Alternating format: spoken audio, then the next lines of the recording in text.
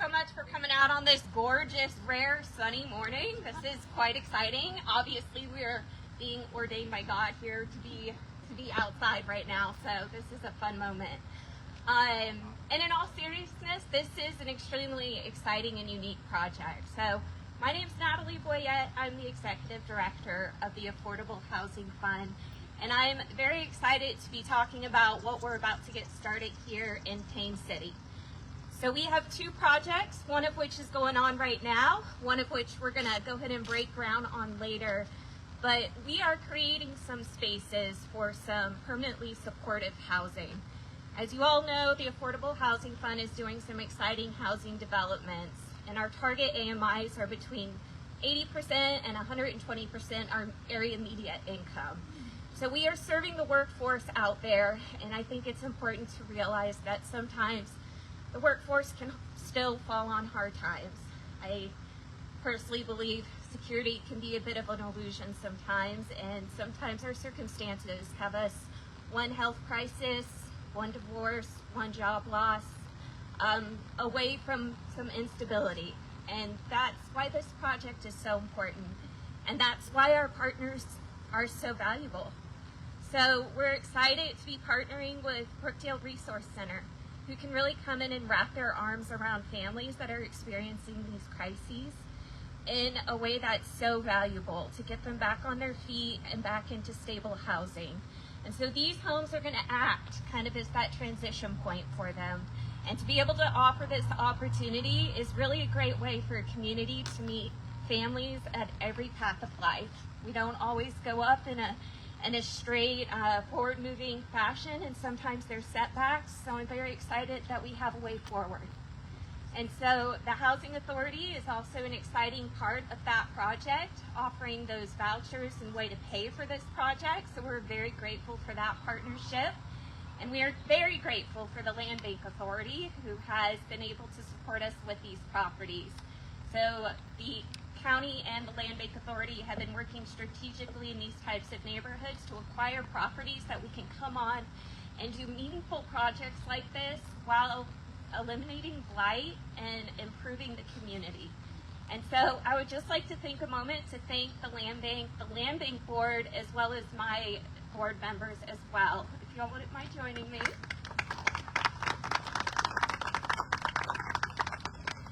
And this project has pivoted quite a bit over the past year. We've had some highs and lows in terms of being able to see how it's going to move forward, but the board members that we have are very impressive and innovative. Our partners are incredible, including our development partners. So helping us on this project is Stafford Builders, and they've been incredible coming in and meeting us where we need to be in terms of getting some homes renovated, some homes built. And so I would like to take this opportunity to introduce Keisha Stafford.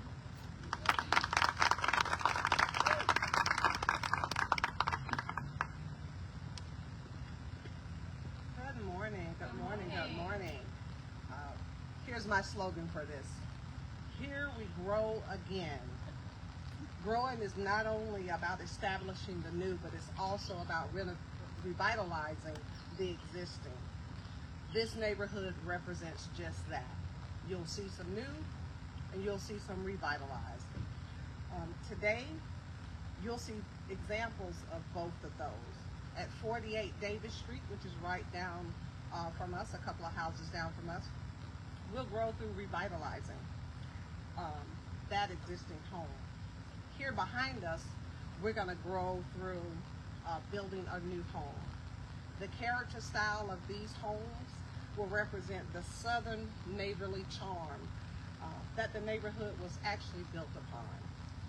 Each home will have quality flooring, contemporary kitchens and baths, spacious bedrooms, wrapped in a very durable exterior. We believe in building a quality home. So we're not here to throw up a home just to be able to say that, hey, there's a house here now. No, we are about giving someone something that we would live in ourselves. Stafford Builders believes in making a favorable impact on the community and the families that this community is composed of. So what you're witnessing here is the investment into a community and the people who call this community home. To speak more about this, as far as District 5 is concerned, our newly appointed Commissioner, Andrea Cook, will speak a little bit more.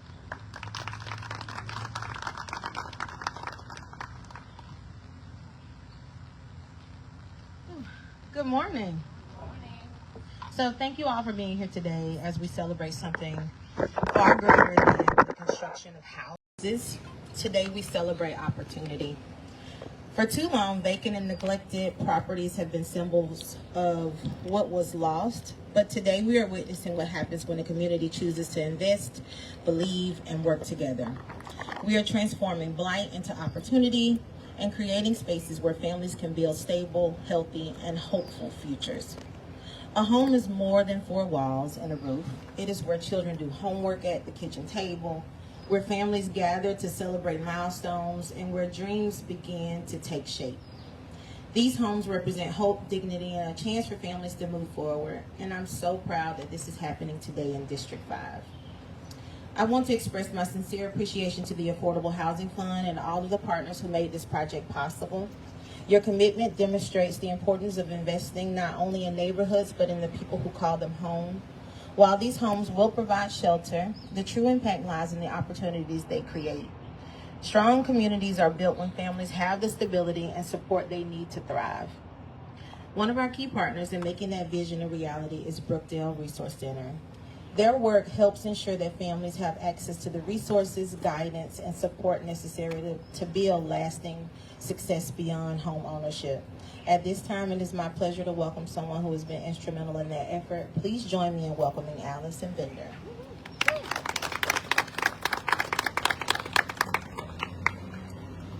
Thank you, everyone. Good morning.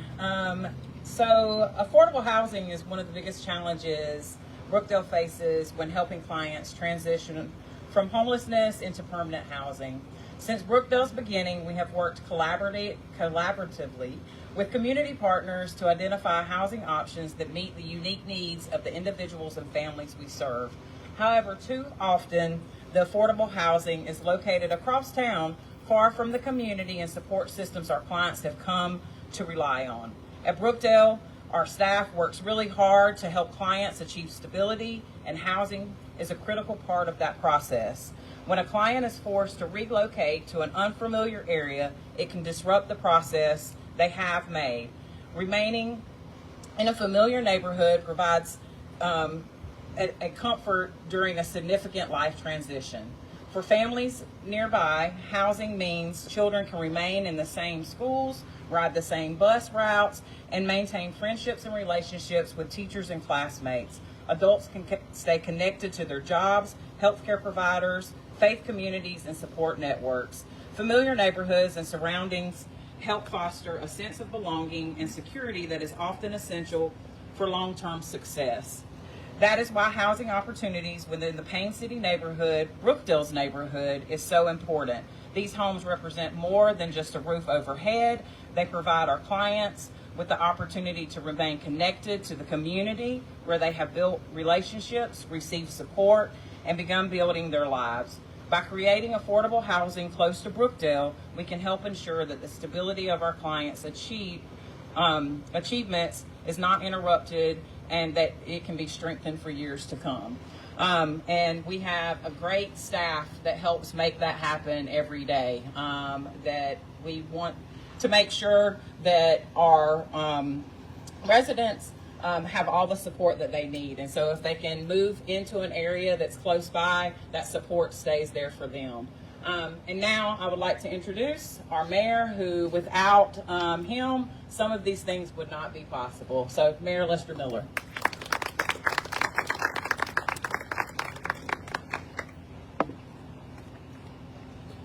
Well, thank you, Allison, and thank you everybody who's here today in support of this great initiative. It's a great day to be in Macon-Bibb County, and certainly it's a very unique day today. We have no rain, no cold. It's not extremely hot. So it's even special today. I'd like to also thank our Mayor Pro Tem for being here today, along with Andrea Cook, who you already heard from, who was elected to serve this district, and also Mr. Raymond Wilder, who is always a supporter of all the great work that we're doing. You know, it really takes a lot of people working together to make this happen. You know, I think that getting communities together, like the great work that Mr. Jerry Battle's doing over here, bringing our communities together, it really takes a lot. And I don't want to use the term that everybody always uses, but it's people coming together. I think just a couple of years ago, this is coming full circle for me as my time continues to dwindle in Macon-Bibb County as your mayor. I think about one of the first things that we did with Brookdale Resource Center and making all that happen and bringing everyone together, everyone from firefighters to volunteers to people who are in other industries that converted to kind of help do those things. And I think about all of our commissioners coming together. Some of them are driving all the way to Tennessee to pick up some linens just to have here. And I think about the people who are dropping off some of their food and their stuff in their pantries and things for babies who came out there at Brookdale. And I think about all the mental health challenges that we do. You know, supportive housing is what this is. And this is pretty much bridging that gap from the time someone may be homeless or needs some good stable housing. And this is what this is, stable housing. While they go through the things that they have, maybe experiencing homelessness or some mental health issues that they have. But this is what it's all about. Then I think about just not too long after that, we formed this Macon-Bibb County Affordable Housing Fund that we have. But if it wasn't for those two things coming together with all the great people, projects like this can't happen. Believe it or not, people are sitting at home saying, well, Macon-Bibb County's not doing enough for housing. We don't have enough supportive housing. We don't have affordable housing. But guess what? The people all across the state of Georgia are recognizing the great work that we're doing here in our community. They're recognizing that we take good minority vendors like Stafford Construction and get them to work and doing jobs like this in communities that they're familiar with. They recognize that we set aside our money from our ARPA funds and we come up with matching funds to make sure that we can pull money together so you can build a house like this in a neighborhood like this and lift up the whole community. They recognize that. And while we're here today, we're not here to toot our own horn. We're not here because I can stand before a microphone today and take a photo. We're not here for photo ops. We're here because there are real people with real problems and we're providing real solutions. And it takes people like that to make it happen. And we're here because we don't want to hear the narrative that people think we're not doing enough for our community. So we're going to give you a little taste of that. That's why this is about the third or fourth time in the last month that we brought you to locations to show you areas that we're working in. We don't hire somebody for community engagement like we did with Mr. Battle, I mentioned earlier, so he can come all over to make our community better. We don't do that for show. We do that because we care about people, we love them, we want to see them succeed, and we know, God knows, that but for a light bill that we couldn't pay, or as Natalie mentioned, a divorce or some struggle that you went through, we could all be in this situation. Now, do we have much more work to do? Yes, you could look at the houses near here. We're not perfect. We don't try to be perfect. We don't claim to be perfect. But we're compassionate. And we want to make sure we do good, efficient use of our taxpayer dollars, our grants that we get. You know, the state of Georgia recently set aside some money to try to help ignite, counties that they thought were doing it right. One of the first calls I got was from them. And it said, Macon-Bibb County, be on the lookout for these funds that may be coming your way. And we had you in mind when we did this because you're one of the few communities across the state of Georgia that actually puts things in your budget to help people that are in need. That's all we need. We don't need praise. We don't need a pat on the back. But we also must make sure we tell our story. And our story is one that we're telling today. And it begins with these shovels behind us today. Yes, this is purely ceremonial.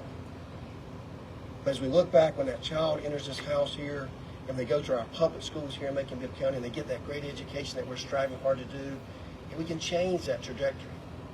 As I held that little child that you may have seen pictures for at Brookdale just a few years ago, I often think about that child in times of troubles for myself. Because I think about, but for us stepping in, where would that child be in several years? Where would they be? Where would they be alive? Would they be incarcerated? Would they be on our streets? Well, we too can help change the trajectory of small children, and that's what this is about. I know I went off a little bit script today. I apologize for all the great notes that we have here, but it's one of those things that in the moment we have to make sure that we take advantage. While we have this large group of people today, while people at home are watching this, while we have some naysayers that think we're not doing enough because they're not engaged with our community to know what we're doing. We have some good, compassionate, caring people that continue to work day after day, and those people in the trenches don't ask for any praise. All they want to do is help and play for it for the next person behind us. So today is a day to celebrate. I like your comment about growing together because we are truly growing as a community. You know, if you're not growing, what's going to happen? You're going to stay planted and die one day. We continue to grow and grow and grow. We continue to sow seeds for a better day tomorrow than what we had when we got here. That's what this is about. This is one step in the process. Thank you to the Land Bank Authority. Thank you to Macon Housing Authority, the Community Foundation. the Bibb County Affordable Housing. Thank you for all that you do. Our commissioners, we couldn't do this without you. Our mental health advocates, we couldn't do it without you. You know, it takes a village, right? And this is part of the village today. And I want you to join me today and celebrate what's going to be our future. You know, we torn down, I don't know the number now, maybe 900 blighted structures, a lot of those dangerous. We actually bought this structure right here in hopes of rehabbing the structure, and there was a fire there. So now we're building from the ground up. This is not about tearing down our community, it's about building it up. And we've done enough in the last several years to eliminate some blight, and now we're starting to build that up, and you're starting to see the fruits of our labor. We're going to continue to remove those dangerous structures as we can, but at the same time, we're going to provide some good, supportive housing right around here from Brookdale where they can provide those services, and we need your help to do it. So on behalf of the commissioners I have the pleasure of working with each and every day, the 160,000 people that I have the pleasure of representing in Macon-Bibb County, we want to thank you, we want to encourage you, and today we want to turn some dirt, so join me in helping Macon continue to grow.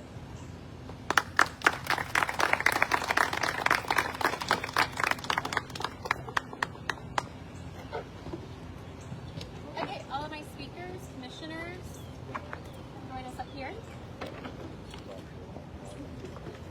All of my media can get closer. We can come here, right here.